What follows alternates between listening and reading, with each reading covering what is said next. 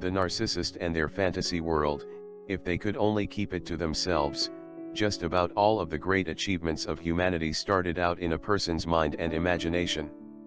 These achievements can be in art or science, in inventions, in social ideas, the list goes on. To give a few examples, the United States was an idea before it came into existence. Music, sculpture, and paintings are all conceived in the mind first.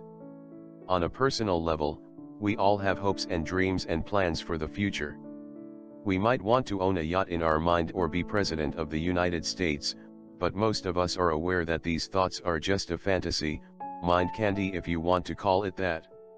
Most people can usually tell the difference between practical and impractical thoughts that occur in the mind and use their minds efficiently by putting almost all of their efforts into 1, meeting their everyday responsibilities, and 2, making reasonable plans to move forward with life.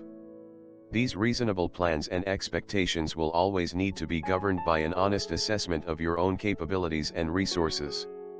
In addition, those expectations are governed by the harsh fact that we are just one of many humans on this earth, no more or less important than the next person. The world does not revolve around or conform itself to the wishes of one person, the person has to conform to the world, a fact that the narc refuses to acknowledge.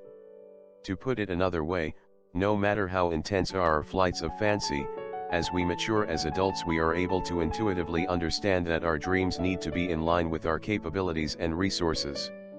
To give an absurd example, in their mind a person may have the opinion they are able to fly, but in reality, they know they can't fly and wouldn't be foolish enough to jump off of a bridge.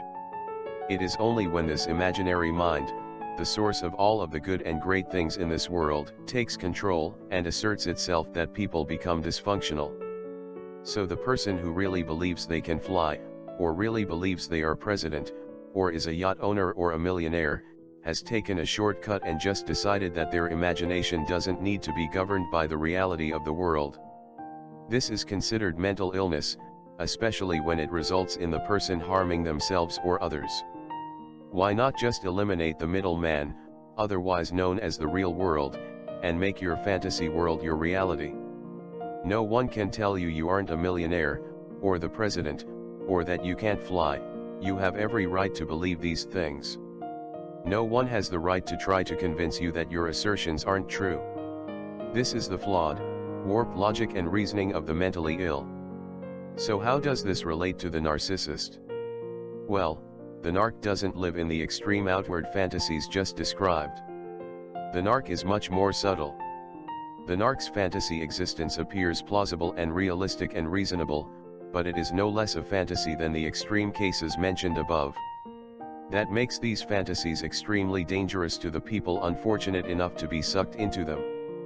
The narc's damage to themselves and others is covered, and undetectable to most in the outside world, and the narc, only the victim that has been used as a player in one of the narc's fantasy scenarios and then realized he was not in a real situation, is aware of the narc's illness. The narc is hurting themselves and very severely harming others, but this is done in the most deceptive and crafty way, and the narc has made a high art of extracting himself out of the problems he causes and coming out appearing to be the victim.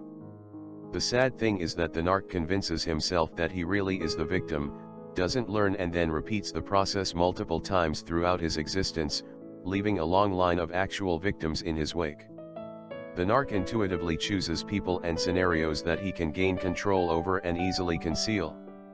So a wife, for example, could choose a quick, ongoing fling with a mailman, knowing that this relationship could easily be covered up. Or if a daily encounter with a stay-at-home dad arises, again there is opportunity. The narc can conceal all of these relationships, and if the flings involve a married man, all the better. The narc can end these relationships undetected, and all partners will benefit from denying the relationships ever existed. So, what is the problem with the narc? The narc is always indulging in and living in a fantasy world. The real life he lives is simply an act he puts on, a persona he creates, and those around him exist to provide him with narcissistic supply in the form of attention and energy. In addition, the narc is continually indulging in and conceiving additional fantasies in his mind, since even the artificial reality he creates and deceives others into entering isn't enough to satisfy him. The narc is never satisfied, because the unreal fantasy existence he creates can't satisfy in the way real life does for people who actually have the ability to appreciate real life, real relationships, and have the capacity for genuine love and joy.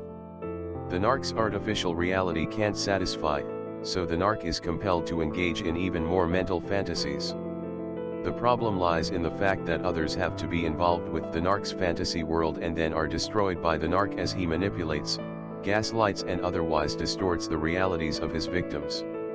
Normal people engage in fantasies also, but they at least have the courtesy to not expect others to take part in these fantasies, and at least they see these fantasies for what they are, not real. A normal person does have dreams and plans, but they are at least more realistically achieved, and the normal person is at least living in a real world, where he is not the center of the universe and not more entitled or more accomplished than those around him. Thank you as always for watching. Your comments are welcomed.